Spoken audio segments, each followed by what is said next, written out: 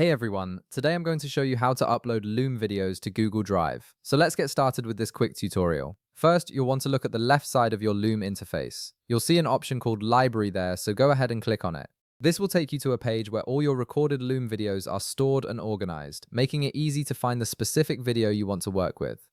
Once you're in the library section, browse through your videos and click on the one you want to upload to Google Drive. This will open up that video and give you access to all the options and controls related to it.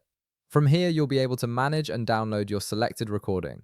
Now, at the top of the video player, you'll notice three dots representing a menu icon. Click on those three dots to reveal a drop-down menu with various options for that video. From this menu, select Download Video. This action will start downloading the video file directly to your computer, saving it in your default downloads folder. This step is important because you need to have the video file stored locally before you can upload it to Google Drive. After the download completes, open your Google Drive in your web browser. Once you're on your Google Drive homepage, look for the New button, which is typically located on the left side of the screen. Click on it to open a menu that shows different options for creating or uploading content. From this menu, select File Upload.